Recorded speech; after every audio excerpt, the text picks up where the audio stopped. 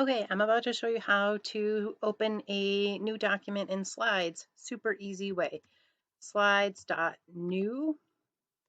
Press enter and you have a new Google Slide document. And if you want to change the theme, when you open like this, you're straight in the theme options. I could choose this theme.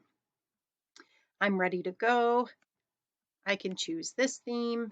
I'm ready to go. Now, what if I want to use a theme that's not in this limited choices that Google Slides give me? I could choose import theme, okay?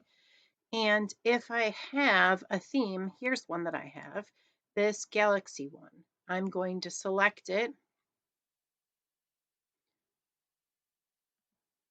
choose this, import it,